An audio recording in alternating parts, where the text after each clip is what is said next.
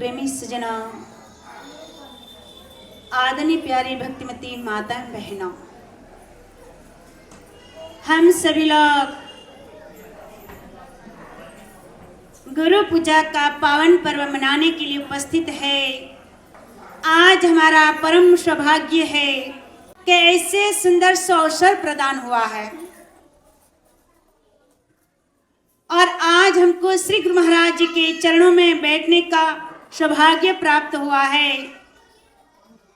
इसलिए हमारे संत और भक्तों ने कहा है, सतगुरु सत करतार जो सतपुरुष भगवान, अपने भक्तों के कारणे लीनो मनुज अवतार, लीनो मनुजे अवतार।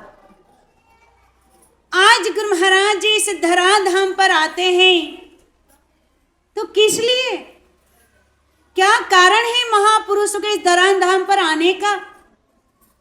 जब वो कहते कि भगवान विष्णु जी आए, क्या कारण था? नारद जी जैसे का उद्धार किया। भगवान राम आए, क्या कारण था? क्या रावण के साथ में केवल युद्ध करने के लिए आए थे? नहीं, कारण यही था कि भिलनी है हनुमान जी जैसा भक्तों का उद्धार और कल्याण करने के लिए। भगवान कृष्ण आए, क्या केवल कंस और शिशुपाल का वध करने के लिए नहीं, बल्कि तारा और अर्जुन जैसे भक्तों को आत्मज्ञान दिला करके और उनका आत्मा का कल्याण करने के लिए।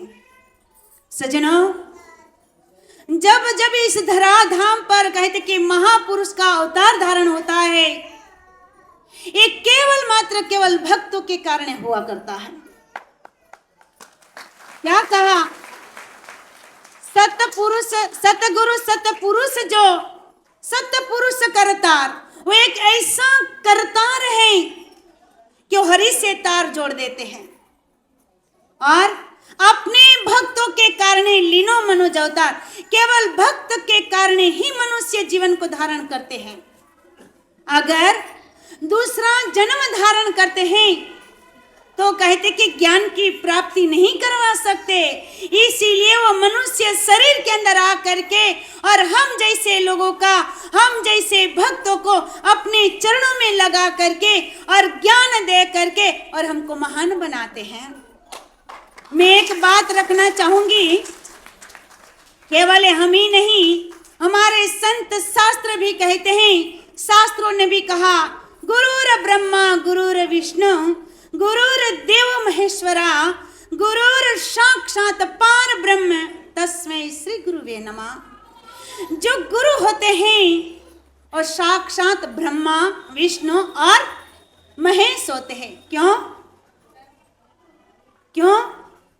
क्योंकि ब्रह्मा विष्णु महेश के अंदर कहते कि तीनों के अंदर जो शक्ति डिवाइड हो गई, डिवाइड माने बढ़ गई, तीनों के अंदर शक्ति बढ़ गई। क्या है? भगवान विष्णु की जो शक्ति है, ये संसार का पालन पोषण करने का है, और जो ब्रह्मा जी हैं उसको सृष्टि का रचना करने का, और शिव जी की जो शक्ति है वो सृष्टि का संहार करने का। तो तीनों के अंदर डिवाइड हो गया, लेकिन गुरु के अंदर वो तीनों शक्ति छिपी हुई है। यानी कैसे? कहते कि गुरु ही ब्रह्मा, ब्रह्मा कैसे हुए? जब ब्रह्मा की पदवी दिया है, तो जो गुरु ब्रह्मा जी की पदवी थी सृष्टि की रचना करना, तो गुरु महाराज जी ने हमारी रचना किया है। कैसे? ज्ञान दे करके। देखिए, अगर कहते हैं बनाने वाला कोई हो तभी तो बनता है, यानी हमारे पूजनीय बाई जी ने इतना सुंदर ये महल बनाया, इतना सुंदर दरबार बनाया, किसने बनाया? बाई जी ने, तभी तो बना। बनाने वाला कोई है तभी बना। आज हमको बनाने वाले स्वयं गुरु महाराज जी हैं, तभी हम सब यहाँ पर बैठ करके बने हुए हैं, ऐसा नहीं। इसीलिए ब्रह्मा जी ने सृष्टि की रचना किया, तो गुरु महाराज जी ने हमारी रचना किया ज्ञान दे करके, है ना। हमको ज्ञान दे करके हमारी रचना किया है। यूं तो भगवान ने जन्म तो दे दिया, लेकिन रचना नहीं किया। अरे रचना तो गुरु महाराज जी ने किया है। और गुरुर विष्णु, तो कहते कि विष्णु जी का कार्य है पालन पोषण करना। तो गुरु महाराज जी ने हमको पालन पोषण करते हैं, क्या करते हैं? ज्ञान दे करके। अभी हमने भजन सुना कि माँ के उदर में हमने एक कहते कि क्या देखा। अभी आप लोगों ने भजन सुना, बहुत सुंदर, पूरा चारों क्रिया का बता दिया है इसमें, है ना। अनहद सुना, कान मुंद करके अनहद सुना, प्रकाश देखा, ये चारों क्रिया का वर्णन इस भजन के अंदर बता दिया। तो गुरु महाराज जी ने हमको इस ज्ञान दे करके और हमारा पालन पोषण कर रहे हैं। तो ब्रह्मा जी की पदवी भी गुरु महाराज जी के अंदर है, विष्णु जी की पदवी गुरु महाराज जी के अंदर है, क्योंकि हमको ज्ञान दे करके हमारा पालन पोषण केवल मात्र केवल गुरु महाराज जी करे, और किसी की ताकत नहीं। भक्त का पालन पोषण कौन करता है? केवल गुरु महाराज जी तो कर सकते हैं, बाकी और किसी की ताकत नहीं है। क्योंकि भक्त कहते कि केवल अनाज ही सब कुछ हमारे जीवन के अंदर नहीं है। अनाज पानी ही मनुष्य कहते हैं, इस अनाज पानी से जीवित नहीं रहता है, बल्कि जो ब्रह्म रूपी जो शक्ति है, वो शक्ति के द्वारा ही मनुष्य का जीवन का संचार होता है। और वो शक्ति हमारे गुरु महाराज जी साकार रूप में और हमको प्रकट करवा करके और हम इसका पालन करते, माने इस सारे चारों क्रिया का हम कहते हैं कि वो जपते हैं और क्रिया का अनुभव करते हैं, इसीलिए हमारा पालन होता है। बोलो हाय या ना। इसीलिए गुरु महाराज जी की पदवी है विष्णु जी की, और रहा शिव जी की पदवी, तो भगवान शिव जी का काम है संहार करना। तो गुरु महाराज जी क्या करते हैं? एक ज्ञान दे करके, चार क्रिया का ज्ञान दे करके, और हमारे अंदर जो 5 विकार, 5 जो चोर है, उसका संहार करते, माने उसको मार देते हैं। 5 चोर मारन का, ब्रह्मानंद जी ने कहा, 5 चोरन मारन कारण नाम का बाण दिया। कौन सा बाण देते हैं? और ये 5 चोर कौन है? काम, क्रोध, लोभ, मोह, अहंकार। मैं एक बात रखना चाहूंगी, आप जिस गांव में रहते हैं, इस गांव में अड़ोस पड़ोस तो होंगे। कहते कि आपके बगल के घर में चोरी हो रही है, और आज के कहते हैं कि आधुनिक जमाना है, एक युग ऐसा परिवर्तन युग है, तो आपके घर में कूलर, फैन फुल चालू होता है, बगल में चोरी होती है, कत्ल होता है, किसी को पता नहीं होता। वो पता चलता है सुबह। जब सुबह पता चला कि हमारे बगल वाले घर में चोरी हो गई, बहुत काफी कहते कि चोर ने चोरी करके लेकर के गए हैं, तो आप क्या करते हो? अरे चोरी हो गई, इतना सारा लेकर के, बस इतना बोल करके चुपचाप हो जाते हो, और 2 बातें सुन करके या सुना करके वापस घर में लौट जाते हो। यही है ना। लेकिन अगर आपके घर में यही चोरी हुई तो आप क्या करते हैं? दुख नहीं होता? अगर आपके ही घर में चोरी हो रही है कि आपके जितना भी धन संपत्ति है वो सारे लूट करके चोर लेकर के जा रहे, आप क्या करोगे? दुख नहीं होगा? हम पूछ रहे, थोड़ा सा उत्तर दीजिएगा तो थोड़ा हमको समझ में आए कि आप सब लोग सुन रहे हैं। अगर दुख होगा तो आप सोच लीजिए, आपका ही एक घर है, ये मनुष्य जो जीवन है आपका घर है, और इसी के अंदर काम, क्रोध, लोभ, मोह, अहंकार, वो 5 चोर हैं। वो 5 चोर आपको छील छील करके खा रहे, फिर भी आप कुछ नहीं जागृत होते हैं, फिर भी कुछ नहीं जागृत है। कैसे हम लोग हैं कि आपके अंदर जो चोर कहते कि आपके घर में घुस करके और चोरी कर रहे हैं, और फिर भी आप मोह माया के नींद में सो रहे हो। जागो रे जिन जागना, अब जागन की बार, फिर क्या जागे नानका जब सोए पांव पसार। फिर कोई नहीं जगाने के लिए आएगा, मत जागना, लेकिन अब तो जाग लीजिए, जागिए, अभी जागने का समय है। बार बार साधु संत महापुरुषों पुकार करते हैं, अरे जागिए, जो जागता है सो पाता है, और जो सोता है सो। वाह वाह, सबको पता है, सबको पता है। खैर, अब मैं ये कहना चाहूंगी कि आज ये गुरु पूजा का पावन पर्व जो है ना, गुरु महाराज जी हमको ऐसी चीज दे करके और हमारा पालन पोषण और हमारा सब कुछ वही तो करते हैं, जो देन लेन पालन पोषण वही करते हैं। इसीलिए जो आज तक जितने भक्त हुए, देखिए जैसे कहते हैं कि जो गुरु पुत्र सुखदेव मुनि थे, सुखदेव मुनि जो थे ना, एक गुरु के मुनि के पुत्र थे, और गुरु पुत्र होने के बावजूद भी उसको कहाँ जाना पड़ा?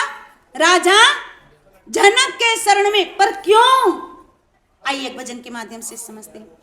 बोली श्री आनंद कंद भगवान की।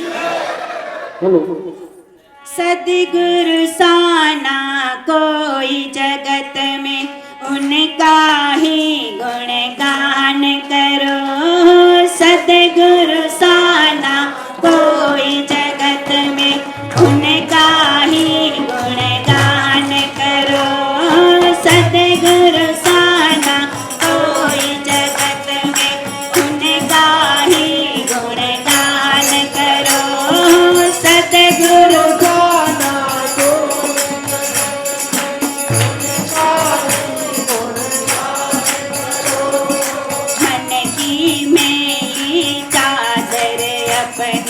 बिन साबुन ही साफ करो।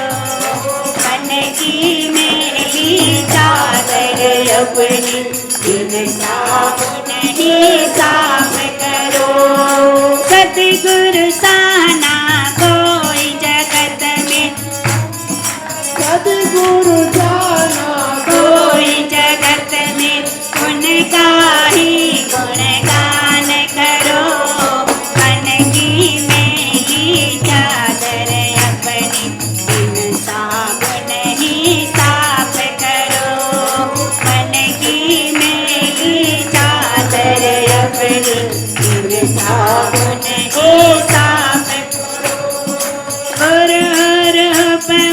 सतगुरु आए करने भक्तों का उद्धार। गुरु रूप में सतगुरु आए करने भक्तों का उद्धार। महिमा इनकी कोई न जाने, इनके तो है रूप हजार। महिमा इनकी कोई न जाने, इनके तो है रूप हजार। दर्शन गुरु का करो हमेशा, दर्शन गुरु का करो हमेशा। सुबह शाम तुम जाप करो। मन की मेरी चादर अपनी बिन साबुन ही साफ करो। मन की मेरी चादर अपनी बिन साबुन ही साफ करो। सतगुरु साना कोई जगत में, सतगुरु साना कोई जगत में, उनका ही गुणगान करो। मन की मेरी चादर अपनी बिन साबुन ही साफ करो।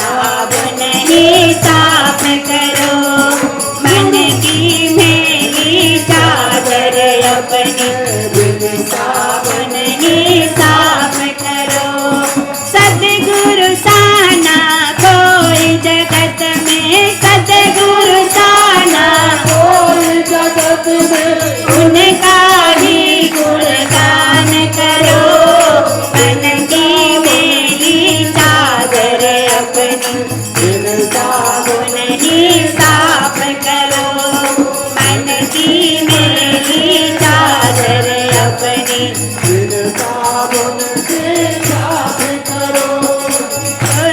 रूप में भगवन आए करने भक्तों का कल्याण, रूप में भगवन आए करने भक्तों का उद्धार। लाखों शीश चरणों में झुकते हम सब काहे ओ भगवान, लाखों शीश चरणों में झुकते हम सब के हैं ओ भगवान। ज्ञान की बहती गंगा में तुम ज्ञान की बहती गंगा में अब इस दिन स्नान किया करो, मन की मैली चादर अपनी बिन साबुन ही साफ करो, मन की मैली चादर अपनी बिन साबुन ही साफ करो। सतगुरु साना कोई जगत में, सतगुरु साना कोई जगत में उनका ही गुणगान करो, मेरी चादर मन के अपने बिन साबुन ही साफ करो। मन की मेरी चादर अपनी बिन साबुन ही साफ। करो। ऐसा होता है कि बिना साबुन से कोई साफ हो ऐसा होता है क्या? हमने कभी सुना कि कोई अगर आपको सफाई करना हो कि बिना कोई डिटर्जेंट पाउडर हो या कोई साबुन हो या कोई ऐसे डिटर्जेंट जो लिक्विड हो, जब तक वो न डालो तब तक कोई चीज़ साफ हो, ऐसा कभी सुना है हमने? नहीं। लेकिन यहाँ पर ये बताया गया है कि बिना साबुन से मन की मैली चादर साफ करो। कैसे करोगे? मन की मैली चादर साफ करना और बिना साबुन से बिना पानी से कैसे करोगे? सजनों, एक गुरु का ज्ञान एक ऐसा है कि बिना साबुन से बिना पानी से केवल सत्संग रूपी गंगा में जो तन मन से गोता लगाता है, उनकी कहते कि मन की चादर ही निर्मल हुआ करती है, साफ होती है। देखिए, ये गुरु पूजा का पावन पर्व है। क्या सजनों, हम जानते हैं गुरु और शिष्य का क्या संबंध हुआ करता है? क्या संबंध होता है?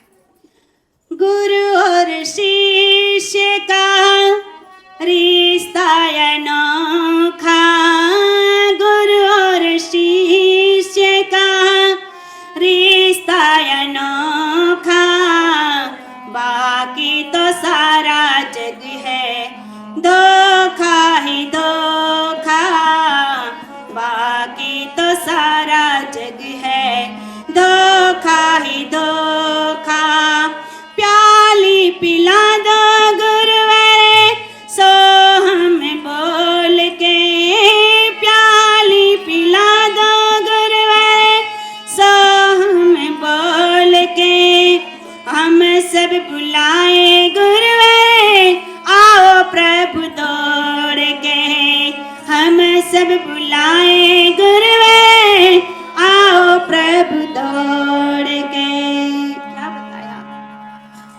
गुरु और शिष्य का रिश्ता ही अनोखा हुआ करता है, बाकी सारा जग तो धोखा ही धोखा हुआ करता है। इसीलिए कहते कि प्याली पिला दो गुरुवार, ऐसा मंत्र बोल करके, जो सोहम मंत्र बोल करके, क्योंकि भक्त बुलाया आए गुरुवार दौड़ करके। क्या आप इस आश्रम का उद्घाटन करना चाहते हैं कि नहीं? करना चाहते हो? बुलाते हो कि नहीं? गुरु महाराज जी को बुलाना चाहते हो? बोलिए श्री आनंद कंद भगवान की जय। गुरु महाराज जी तक नहीं पहुंचा आवाज। जहां महाराज जी बैठे हैं ना, वहां तक आवाज नहीं पहुंचा। अगर काश आपका हृदय का आवाज गुरु महाराज जी तक पहुंचेगा ना, आपको प्रोग्राम मिल जाएगा। बोलिए श्री आनंद कंद भगवान की, साचे दरबार की, मानव धर्म की। लगा गुरु महाराज जी तक पहुंचा है ऐसा? हाँ या ना? देखिए आपकी हमारी सब आप दोनों के बीच में हमारी पहली गुरु पूजा है ये। यूँ तो हमने गुरु पूजा बहुत मनाई, लेकिन आपकी और हमारे बीच में पहली है। क्या आपकी कहते कि आवाज गुरु महाराज जी तक पहुंची? हाँ या ना? पहुंची। शाबाश, क्योंकि गुरु महाराज जी वहां अपने गुरु महाराज जी। और आवाज कहां से निकाली है आपने? बिल्कुल सुन लेंगे तो आप कहते कि सब वचन बंद है। अगर जो आप ये वचन में बंधना चाहते हो तो भजन साधना करना होगा, गुरु महाराज जी आ जाएंगे। आपको कहते कि गुरु महाराज जी को बुलाने का केवल एक ही तरीका है, जानते हो ना? एक ही तरीका है, बस श्वासों की डोर से उसको खींचा जाता है। बाकी उसको कहते कि लाखों रुपया चढ़ाने से और लाखों वस्त्र कहते कि देने से और कार गाड़ी देने से गुरु महाराज जी पिघलने वाले नहीं हैं, ये मत भूलिएगा। चलिए मैं एक बात रखना चाहूंगी सजनों, गुरु पूजा का जो पावन पर्व है ना, वो केवल हम ही लोग नहीं और इसी युग से नहीं, ये तो काफी समय से गुरु पूजा का पावन पर्व मनाया जा रहा है। ये गुरु पूजा का पावन पर्व मनाया कब से जा रहा है? द्वापर युग से बन करके आया है। और इसको जो है ना, आज का जो दिवस है ना, उसको व्यास पूजा भी कहा करते हैं। व्यास माने हम लोगों को पता होगा, जो महाभारत की जो रचना किया, किसने किया? वेद व्यास जी ने। जो महाभारत की रचना किया ना वेद व्यास जी ने, तो वेद व्यास जी ने इसी दिनों पर उस महाभारत की रचना किया। माने एक महाभारत एक बहुत बड़ा ग्रंथ है, और ये बहुत बड़ा ग्रंथ होने के कारण उन्होंने क्या किया, वेद माने उनका नाम पहला केवल व्यास जी था, व्यास ही था। अब जब उसने क्या किया, इस इतना बड़ा ग्रंथ को पढ़ना और इधर उधर साथ में ले जाना घुमाना बहुत भारी पड़ता था। इसीलिए व्यास जी ने क्या किया, कहते हैं कि उसको कुछ विस्तार कर दिया उसने, माने कुछ हिस्सा का बंटवारा कर दिया। माने उसमें से एक भी चीज हटाई नहीं है, उनका विस्तार कर दिया, माने बंटवारा कर दिया। तो इसमें से जो इस 4 वेद बना दिया, जो है ना 4 वेद और 18 पुराण कर दिया, तो क्या हो गया उसका, माने बंटवारा भी हो गया और उसका विस्तार हो गया। आप देखिए, अगर ये 4 क्रिया जो गुरु महाराज जी ने हमको दिया है, उसको अगर हम रात दिन भी उसकी महिमा गाए तो क्या हम गा पाएंगे? नहीं गा पाएंगे। अब जब इस 4 क्रिया की महिमा नहीं गा पाएंगे तो जो देने वाले की महिमा कैसे गा पाते हैं, है ना? देने वाले की महिमा कैसे गा सकते हैं हम? तो इसी तरह से जैसे व्यास जी थे, व्यास जी ने क्या किया, इस महाभारत के जो ग्रंथ से 4 वेद 6 शास्त्र और 18 पुराण है ना, ये सारी रचना कहते कि व्यास जी ने किया और सारे जो रचना कर दिया, इसलिए उसका नाम रख दिया वेद व्यास। माने उसका जो वेदों की रचना कर दिया ना, इसलिए उसका नाम रख दिया वेद व्यास। और इस व्यास जी ने इतना बड़ा कहते कि विस्तार कर दिया, माने इतना बड़ा सुचारू ढंग से समझाने का प्रयत्न कर। ये 4 क्रिया ही है केवल, ये जो चार वेद 6 शास्त्र 18 पुराण है ना, ये कहते कि मात्र वो कहते कि एक ही शास्त्र है और एक ही शास्त्र के अंदर वो 4 क्रिया है और 4 क्रिया के अंदर इतना विस्तार कर दिया। और इस विस्तार इतना करने के माध्यम से उनको कहते हैं कि व्यास कहा जाता है। इसीलिए आज व्यास पूजा कहा जाता है, जिसने वेदों की रचना कर दिया, इसलिए उसको वेद व्यास कहा जाता है। इसलिए आज व्यास पूजा भी कहा जाता है। लेकिन एक दूसरी बात है, कहते हैं ये जो गुरु पूजा का पावन पर्व पहले से ही मनाया आ रहा है, परंपरा है इसकी। जहां तक हमको पता है वहां से द्वापर युग से शायद मनाया जा रहा है, इससे आगे भी होगा तो हमको नहीं पता, तो मनाया होता होगा। लेकिन द्वापर युग से जैसे मनाया जा रहा है, इसमें एक बात, केवल हम ही लोग, ऐसा नहीं कि हिंदू ही मनाएंगे और मुसलमान नहीं मनाएंगे और ईसाई लोग नहीं मनाएंगे, क्रिश्चियन लोग नहीं मनाएंगे, ऐसा नहीं है। हिंदू हो, मुसलमान हो, सिख हो, ईसाई हो, क्रिश्चियन हो, जो भी हो, गुरु पूजा का एक पावन पर्व, एक वो पर्व है, गुरु और शिष्य का संबंध स्थापित होता है। सज्जनों, आज गुरु और शिष्य का संबंध स्थापित होता है। आज कहते कि शिष्य को अपने मन लगा करके मन कर्म वचन से गुरु की पूजा करना चाहिए और गुरु महाराज जी का स्मरण करना चाहिए। जो मन कर्म वचन से श्री गुरु महाराज जी का स्मरण करता है और उनकी पूजा अर्चना करता है और उनकी जो कहते कि याद करते हैं, स्मरण सुमिरन करता है, तो गुरु महाराज जी की आत्मा प्रसन्न होती है। और आज गुरु महाराज जी इतने प्रसन्न रहते हैं कि उनको जो अगर चाहिए वो आज गुरु महाराज जी उसको प्रसन्न होकर के उनको दे देते हैं, प्रदान कर देते हैं। चाहे व्यक्ति अगर इस संसार की माया मांगे या तो भगवान की भक्ति, बात समझ में आ रही, या तो संसार की माया मांगे या तो गुरु की भक्ति। माने इस भगवान की भक्ति हम लोगों को पता होगा, जब कहते हैं काकभूषण जी थे, काकभूषण जी भगवान श्री राम प्रकट हो गए। उसकी कहानी बहुत लंबी चौड़ी, मैं शॉर्टकट कहती हूँ।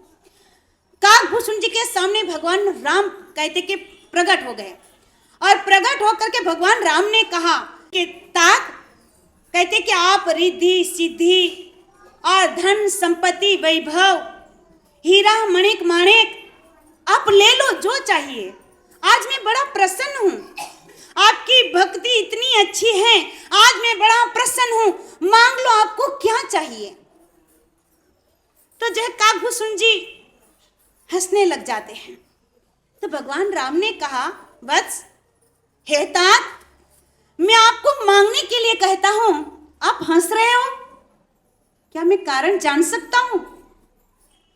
तो काकभूषण जी कहने लगते हैं, हे नाथ, कहते कि जो तुच्छ वस्तु है वो आप देने को तैयार हैं, लेकिन जो आपके खजाने में है उनका तो नाम ही नहीं लिया, उनका तो नाम ही नहीं लिया। तो भगवान राम कहने लगते हैं, हे तात, क्या कहना चाहते हो? कहते कि प्रभु जो हृदय में सदैव आपका वास रहे और आपका स्मरण रहे, ऐसी जो कहते कि निर्मल और पवित्र जो भक्ति है उनका तो वरदान आपने देने का नाम ही नहीं लिया, क्या ये नहीं दोगे? तो भगवान राम ने कहा तथास्तु और उसको भक्ति का वरदान है ना। तो याद रखिएगा, आज ये गुरु पूजा का पावन पर्व है कि आप जो भी मांगोगे ना, गुरुद्वार पर और गुरु दरवाजा पर जो जाते हैं ना, जो भी मांगते हैं ना वो मिल जाता है। लेकिन याद करिएगा, याद रखिएगा, मांगने में गलती करोगे 84 लाख योनि में जाना पड़ेगा, आपको दूसरा जन्म में बहुत मुश्किल हो जाएगा। पता नहीं दूसरा जन्म मिलेगा, फिर ऐसा मौका मिले या न मिले दरबार में बैठने का, साधु संतों के पास बैठने का और गुरु महाराज जी हमको हृदय में कहते कि मिलने का और गुरु महाराज जी के दरबार में गुरु महाराज जी का दर्शन पर्शन करने का ये मौका मिले या न मिले क्या पता है, जानते नहीं है। लेकिन अभी तो जानते हैं कि हमको ये मौका मिला है। अरे मौका क्या, आंख कभी धोखा नहीं देगी, कान कभी धोखा नहीं देगा और आपका बुद्धि और कहते कि विवेक, कहते कि गुरु महाराज जी ने खोल दिया इस विवेक का ताला। आप सूक्ष्म बुद्धि से विचार करिएगा। आज हमारा परम सौभाग्य है कि हमको श्री गुरु महाराज जी के दरबार में बैठ करके और हमको गुरु पूजा का पावन पर्व मनाने के सौभाग्य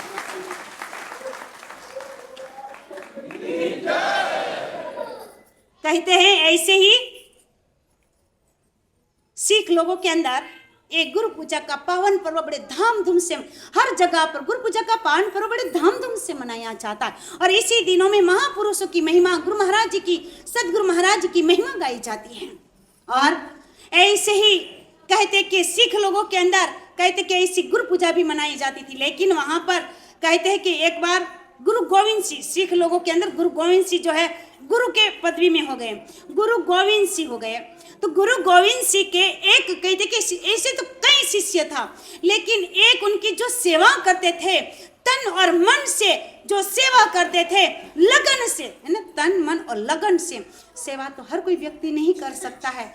जो बड़ा परम सौभाग्य होता है जो लगन से सेवा करता है। क्या कहा है, श्री हंस जी के नाम का ले लो सहारा, हार न हिम्मत कर्म किए जा, दूर नहीं किनारा। और आगे आगे त्याग तपस्या भक्ति सच्ची लगने जहां है, दूर नहीं है मंजिल एक दिन जीते वहां है। याद रखिएगा, केवल सुन करके साइड में मत कीजिएगा। जिसके अंदर त्याग है, तपस्या है, भक्ति है और सच्ची लगन है, उनसे दूर मंजिल दूर नहीं है। उनकी मंजिल उनके सामने खड़ी है, उनके सामने खड़ी है। स्वयं कहते कि मंजिल सामने आई है, वो सामने चल करके स्वयं मंजिल सामने आकर के खड़ी है। अब देखिए, ऐसे ही कहते कि गुरु पूजा का पावन पर्व मनाया जा रहा था और गुरु गोविंद सिंह हो गए, उसका एक शिष्य था, बड़े लगन से सेवा किया करते थे और कहते हैं कि उसका नाम था कीर्तनिया। कीर्तनियों सब कहते थे।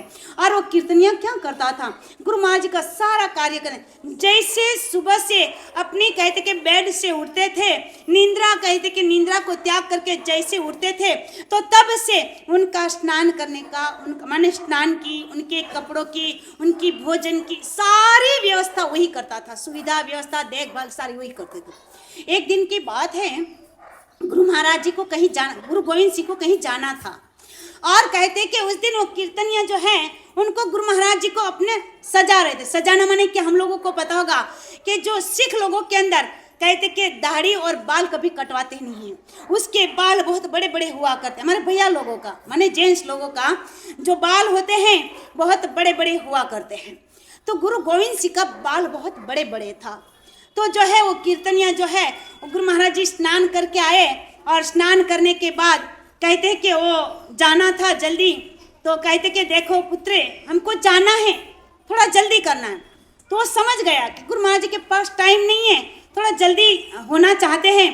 तो उन्होंने कहा ठीक है। तो फटाक से तेल लेकर के आए और कंधी लगाने लग गए।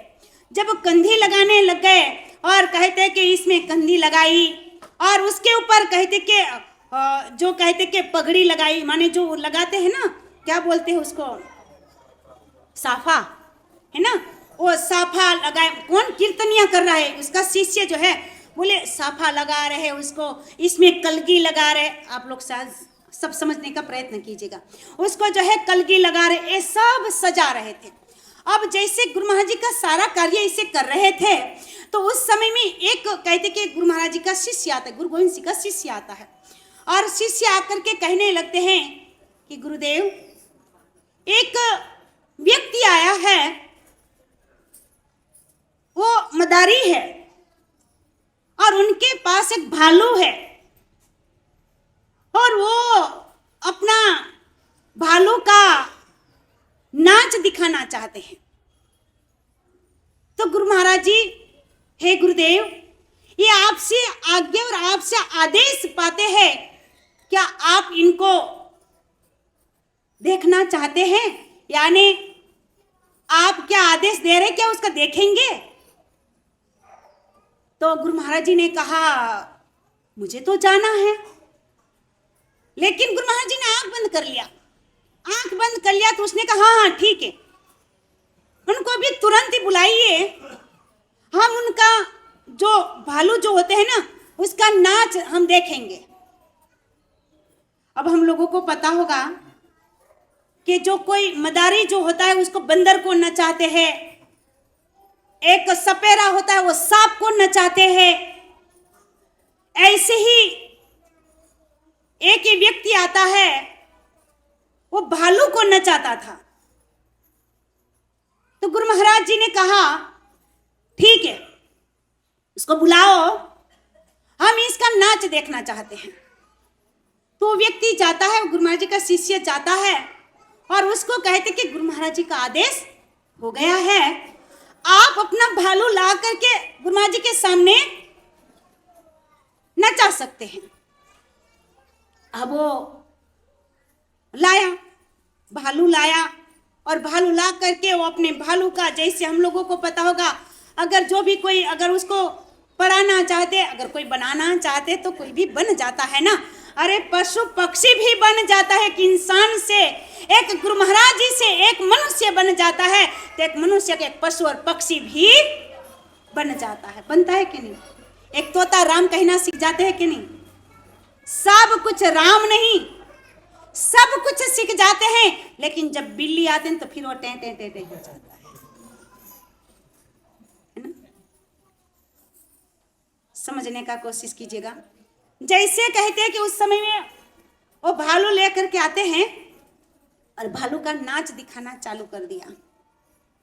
जब भालू का नाच दिखाना चालू कर, भालू नाचने लग गए, तो जो वो कीर्तनिया था, तो गुरु महाराज जी कहने लगते हैं, पुत्र क्या तुम ये भालू को जानते हो?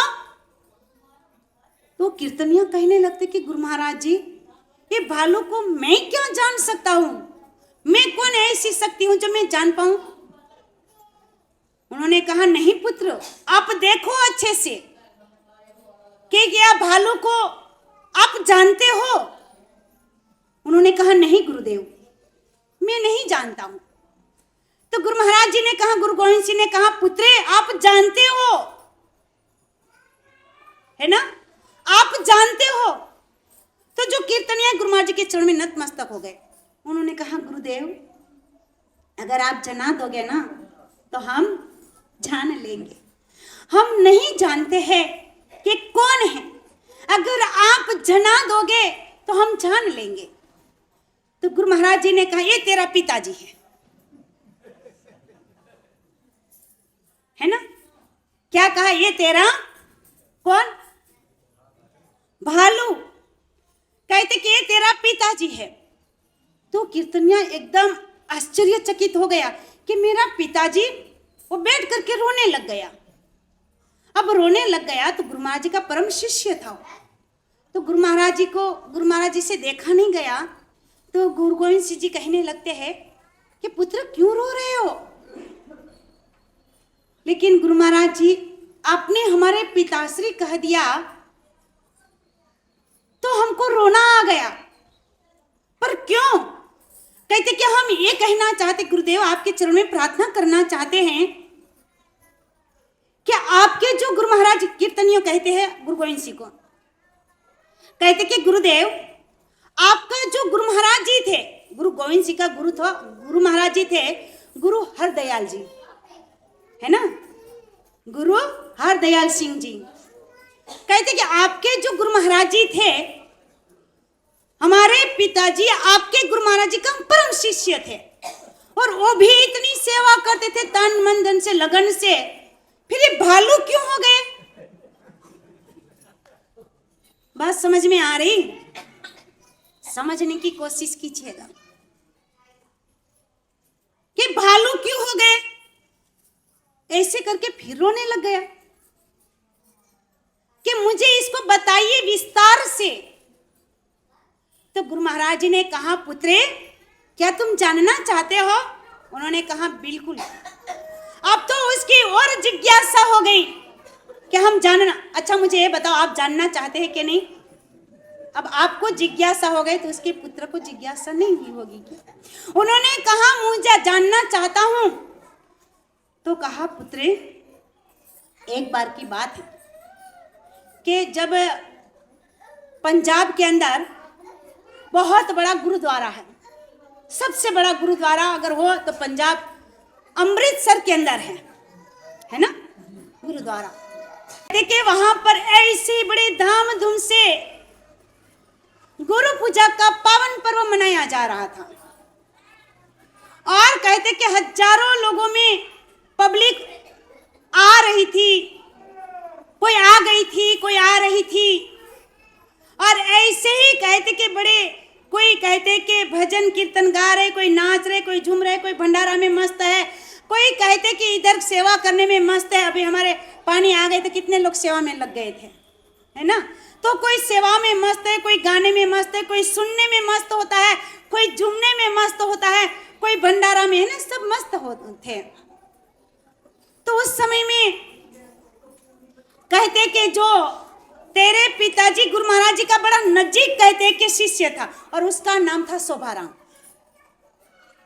तो जो शोभाराम जो थे गुरु महाराज जी का नजदीक का शिष्य था, तो बार बार कहते हैं कि उसको पास में रहते थे तो अभिमान आ गया, है ना, अभिमान आ गया।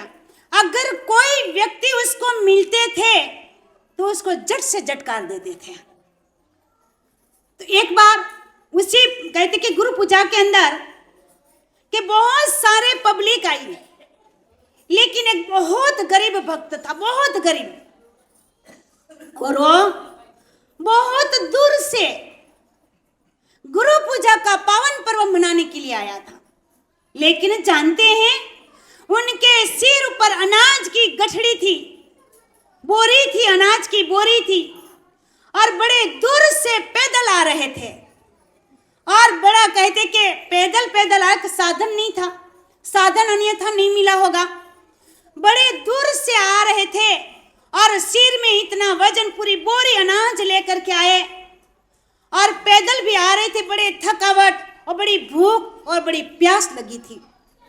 तो उस समय में क्या हो रहा था, कहते कि वहां पर लंगर चल रहा था। लंगर जानते हैं, भंडारा माने लाइन से हुआ करता है लंगर, उसके अंदर लंगर बोला करते हैं। लंगर चल रहा था, तो उस लंगर के अंदर वो शोभाराम जी मौजूद थे।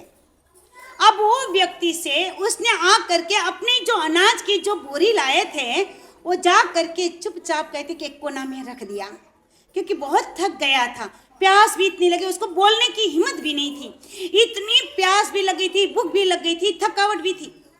तो उसने चुपचाप अनाज की बोरी एक जगह पर रख दिया, और रखने के बाद वो तुरंत लंगर में माने लंगर में गया। कहते कि बहुत बड़ी लंबी लंगर है, लेकिन मुझसे रहा नहीं जा रहा है। तो उसने क्या किया, कहते कि भैया मुझे थोड़ा सा दे दो, थोड़ा सा दे दो, पूरा मत दीजिए, थोड़ा सा दे दो। लेकिन वहां पर शोभाराम मौजूद था, तो उसने झटका, आया बड़ा कहाँ का, हट यहाँ से, ऐसे जैसे झटका दिया उसने। तो उसने कहा भैया मैं थोड़ा सा ही मांग रहा, बस थोड़ा सा, मुझे बोलने की ताकत नहीं, थोड़ा सा चाहिए, कुछ तो दे दीजिए।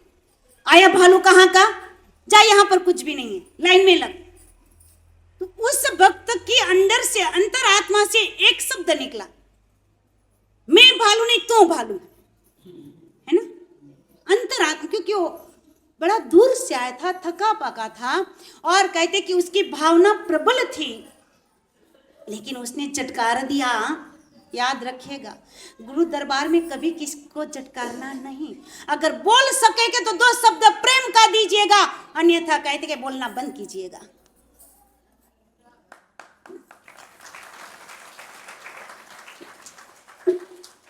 भला किसी का कर न सको तो बुरा किसी का मत करना, भला किसी का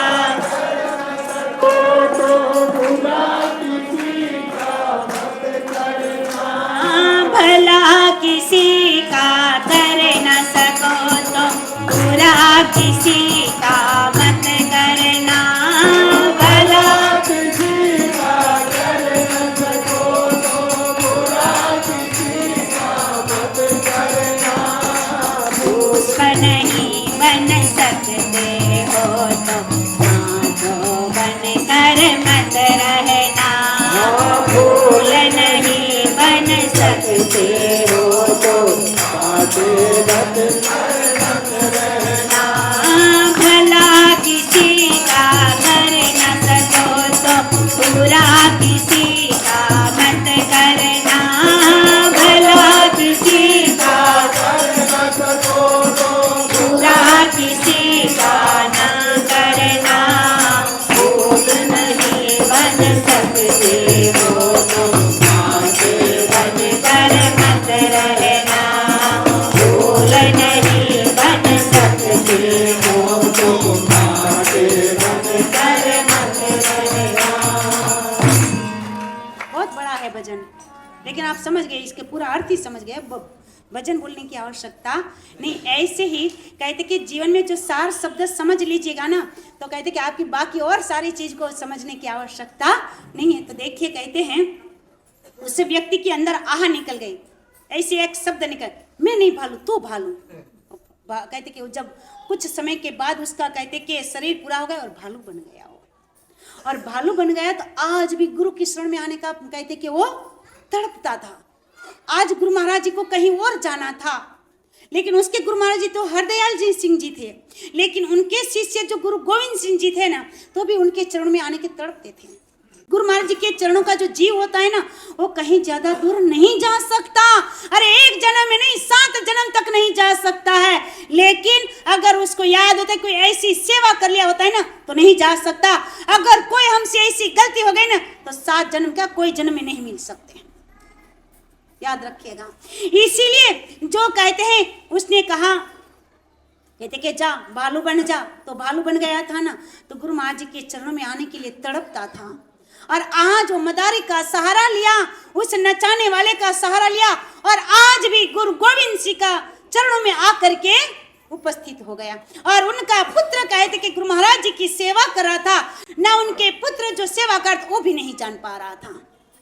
लेकिन आज ऐसे जब गुरु महाराज जी ने कहा, चाहे गुरु बदल गए लेकिन गुरु का ज्ञान नहीं बदलता है, समय बदलता है लेकिन समय का आन नहीं बदलता है। अरे कहते हैं समय का आन नहीं, कहते कि भक्त बदलता है लेकिन भाग्य लिखने वाला कभी भगवान नहीं बदलता है। सज्जनों, कभी भगवान नहीं बदलता है।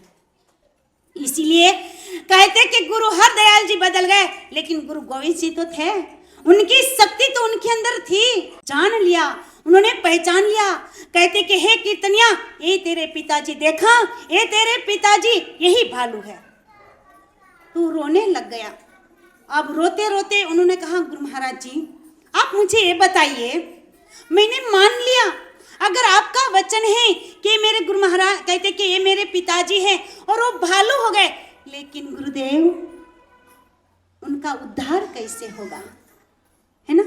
क्या कहा, हे गुरुदेव उनका उद्धार कैसे होगा? ये केवल आपके हाथ में। अगर आप ये जान सकते हैं कि मेरे पिताजी हैं, आप ये भी जान सकते हैं कि उनका उद्धार कैसे होगा। तो क्या क्या फिर महाराज जी ने कहा, कीर्तनिया जाओ, तुम्हें सारे जो ये तुम्हारे गुरु महाराज जी की भक्ति फलीभूत है ना, इसलिए चीज को तुमने जान लिया। जाओ अपने पिताजी का, कहते हैं मुक्ति का उपाय ढूंढ लिया आपने। जाओ, मेरे रूम में प्रसाद रखा पड़ा है, लाओ प्रसाद। वो कीर्तनिया दौड़ करके जाता है और प्रसाद जो गुरु महाराज जी ने मंगाया ना, वो गुरु प्रसाद उठा करके लाता है। और गुरु महाराज जी स्वयं कहते हैं, उस गुरु गोविंद सिंह ने अपने हाथों से उस कहते हैं कि भालू को प्रसाद खिलाया, और तुरंत कहते कि मनुष्य के रूप में आ करके और गुरु महाराज जी का शिष्य कहते जानते हैं गुरु महाराज जी की महिमा क्या होती है। गुरु महाराज जी की महिमा सजनों, गुरु वो हुआ करता है एक जन्म का नहीं बल्कि जन्म जन्म का रिश्ता हुआ करता है। और ये जन्म जन्म का कहते हैं हमको संबंध बना करके रखते हैं। इसीलिए ये जो रिश्ता है ना, पति पत्नी का रिश्ता, पुत्र पिता का रिश्ता, और कहते हैं कि बाकी जो कहते हैं ना, सारा एक व्यक्ति का कितना रिश्ता होता है, अनेक रिश्ता होता है। एक व्यक्ति होता है, जैसे हमारे भैया जी है, उनका कहते कि पत्नी कोई और है, उसका बेटा और है, उसका भांजा, कोई मामा कहते, कोई चाचा कहते, कोई भाई कहता है, कोई पति कहता है, कोई कहते हैं कि मामा कहता है, कोई फूफा जी कहते हैं। कितना रिश्ता है एक व्यक्ति का, हजारों रिश्ता, जितना व्यक्ति इतना ही रिश्ता। लेकिन गुरु महाराज जी का जो रिश्ता होता है ना, वो कहते हैं कि ये केवल शरीर से नहीं हुआ करता है सजनों, गुरु का रिश्ता तो आत्मा से हुआ करता है। और जो आत्मा का ज्ञान दे करके जो हमको आत्मा का रिश्ता स्थापित कर देते हैं ना, तो वो तो इस जन्म में और परलोक में, इस लोक में भी, परलोक में, और इस जन्म में और कई जन्मों में भी हमको कमाई साथ आया करती है।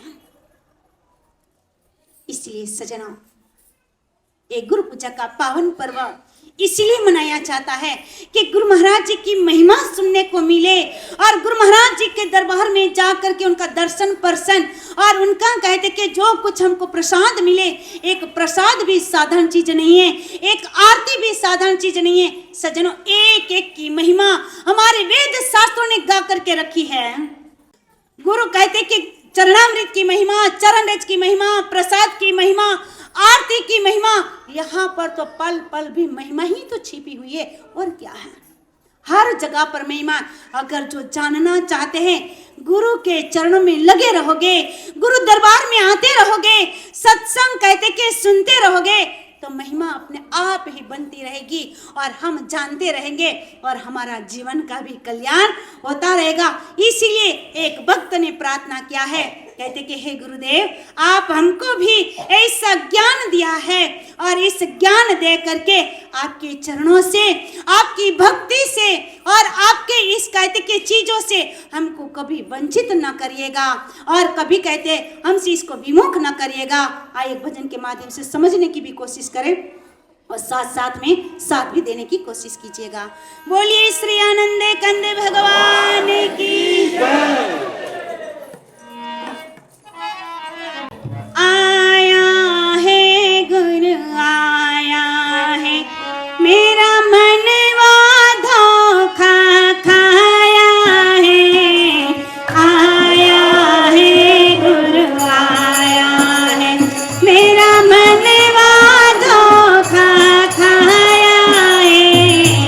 आया है गुरु आया है, मेरा मनवा धोखा खाया है। आया है गुरु आया, पूछ ले सच्चे सद्गुरु से तो, पूछ ले सच्चे सद्गुरु से तो, क्या करने यहाँ आया है। आया है गुरु आया है, मेरा मनवा धोखा खाया है। आया है गुरु, मेरा मनवा धोखा आया।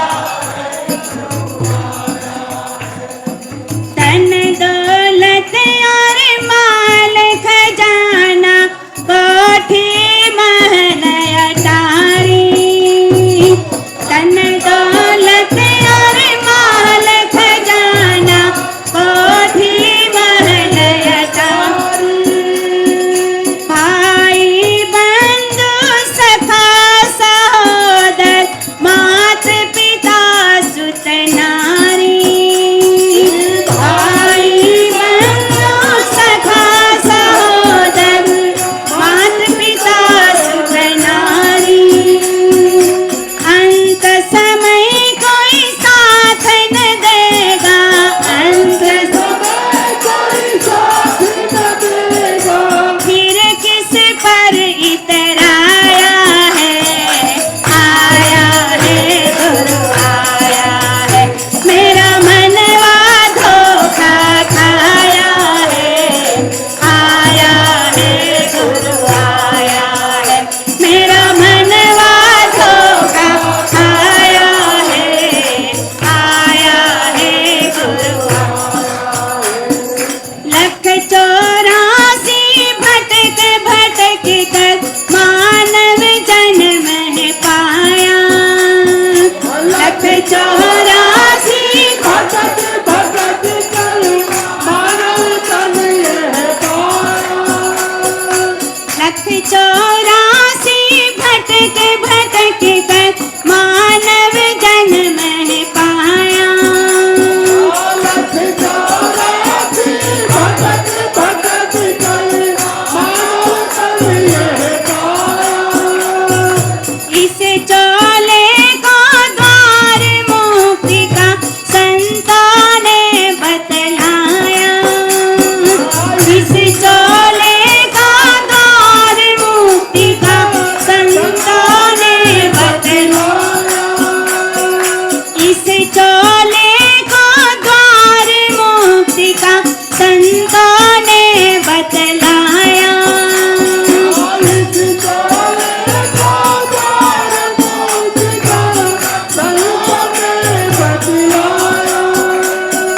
कॉल किया जो गर्भ में तूने, कॉल किया जो गर्भ में तूने, उसको क्यों बिसराया है। आया है गुरु आया है, मेरा मनवा धोखा खाया है।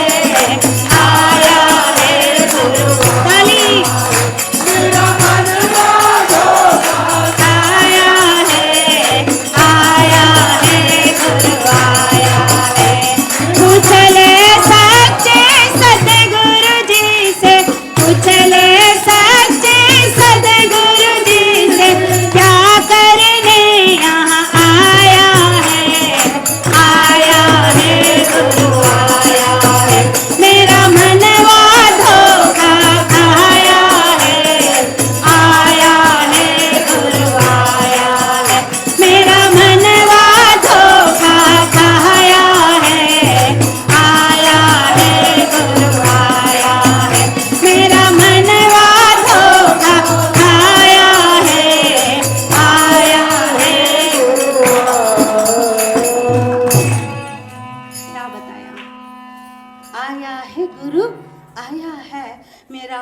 व धोखा खाया है। अरे पूछ ले सच्चे सदगुरु से, क्या करने तू यहाँ आया है?